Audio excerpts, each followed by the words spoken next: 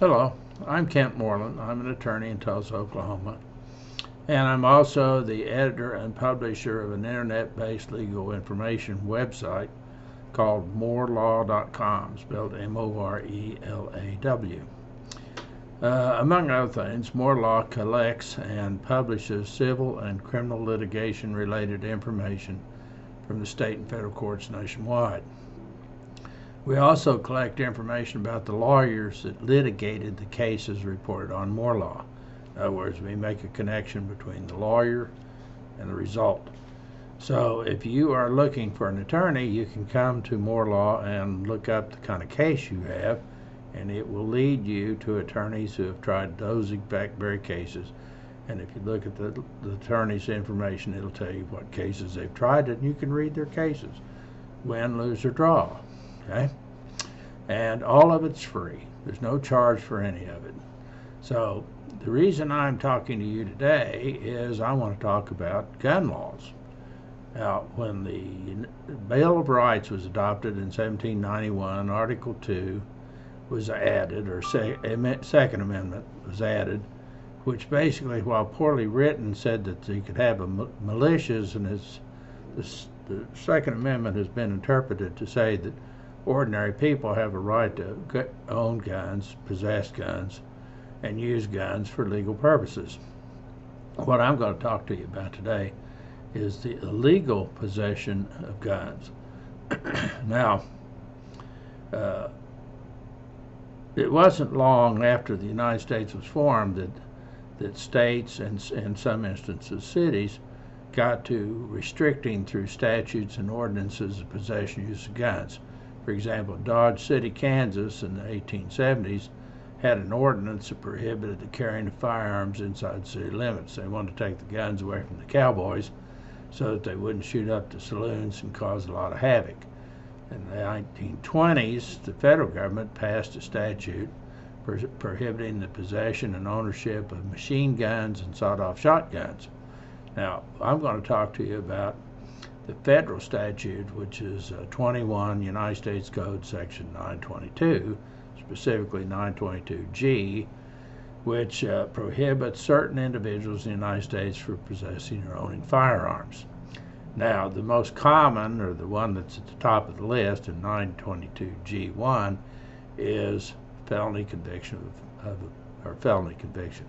If you've ever been convicted of a felony, you may not own or possess a firearm. And when I say possess, you can't live in a household that has a gun in it. That's constructive possession. You can be prosecuted even though the gun is not yours. If you're there and it's found to be there, you can be charged with felony possession of a firearm.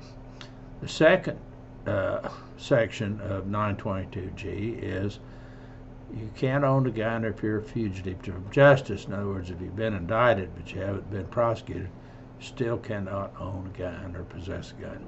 The third one is who is an unlawful user or addicted to any controlled substance. Hunter Biden may fall into that category. He was abusing drugs and he signed off and bought a firearm. That's where he would be prosecuted if he is prosecuted. All right, then we're going to go on down here. Let's see. The next one, who has been adjudicated as a mental defective or who has been committed to a mental institution. I'm not exactly sure what that is, but probably if you've been judicially put in a mental institution or psychiatric facility, that probably would be where that is. You can't own or possess a gun if you're an alien. In other words, you're not an American citizen. You're not supposed to have any guns. If you're illegally or unlawfully in the United States, you're not to have a gun, except as provided. Immigrants generally cannot have guns unless, under certain circumstances, they can be licensed to have a firearm. The next one is if you've ever been discharged in the armed forces under dishonorable conditions, can't have a gun. If you're a citizen of the United States, or you were, and you have renounced your citizenship, can't have a gun. And another one, and a big one, is if you have ever been convicted of domestic violence. This is a big one.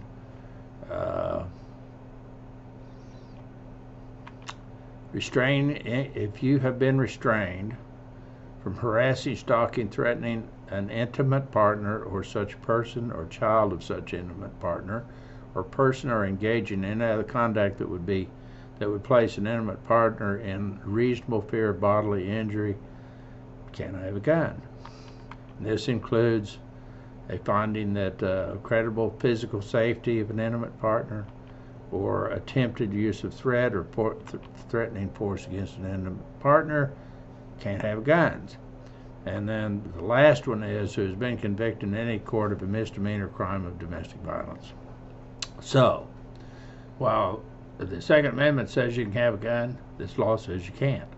Now, that's a federal statute, which is universal. It applies all over the United States with regard to which state it was in. Each state has other conditions under which, for example, the most common in Oklahoma, where I happen to live, is possession of a gun, AFCF, which means after former conviction of a felony, which is basically the same thing as 922G1. So, if you have any questions about whether you should buy a gun, first of all, you're going to have to sign off on an application if you buy it through a gun store. You need to tell the truth. You can't have anybody else go buy a gun for you. That's a crime in its own right. And the next thing is, if you have any questions, you need to consult an attorney concerning whether you can legally own or possess a firearm. Again, you can be charged with possession of a firearm if you're constructively in possession of a firearm.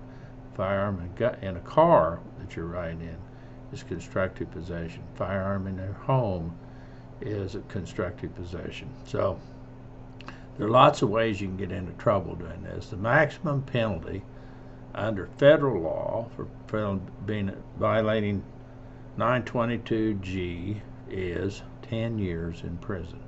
This is not to be ignored lightly. I see a lot of people who are sent to prison for 30 months, 40 months, but every once in a while somebody gets 10 years, 120 months in prison for possession of a firearm. I hope this has been helpful to you to understand your rights under Oklahoma and national, or any law actually, but specifically federal law. Hope this has been helpful to you. If you have any questions about it, you can call me. My number is on the screen, or you can call one of the attorneys who handle these kinds of cases in the community where you live. Thank you for your time. Have a good day.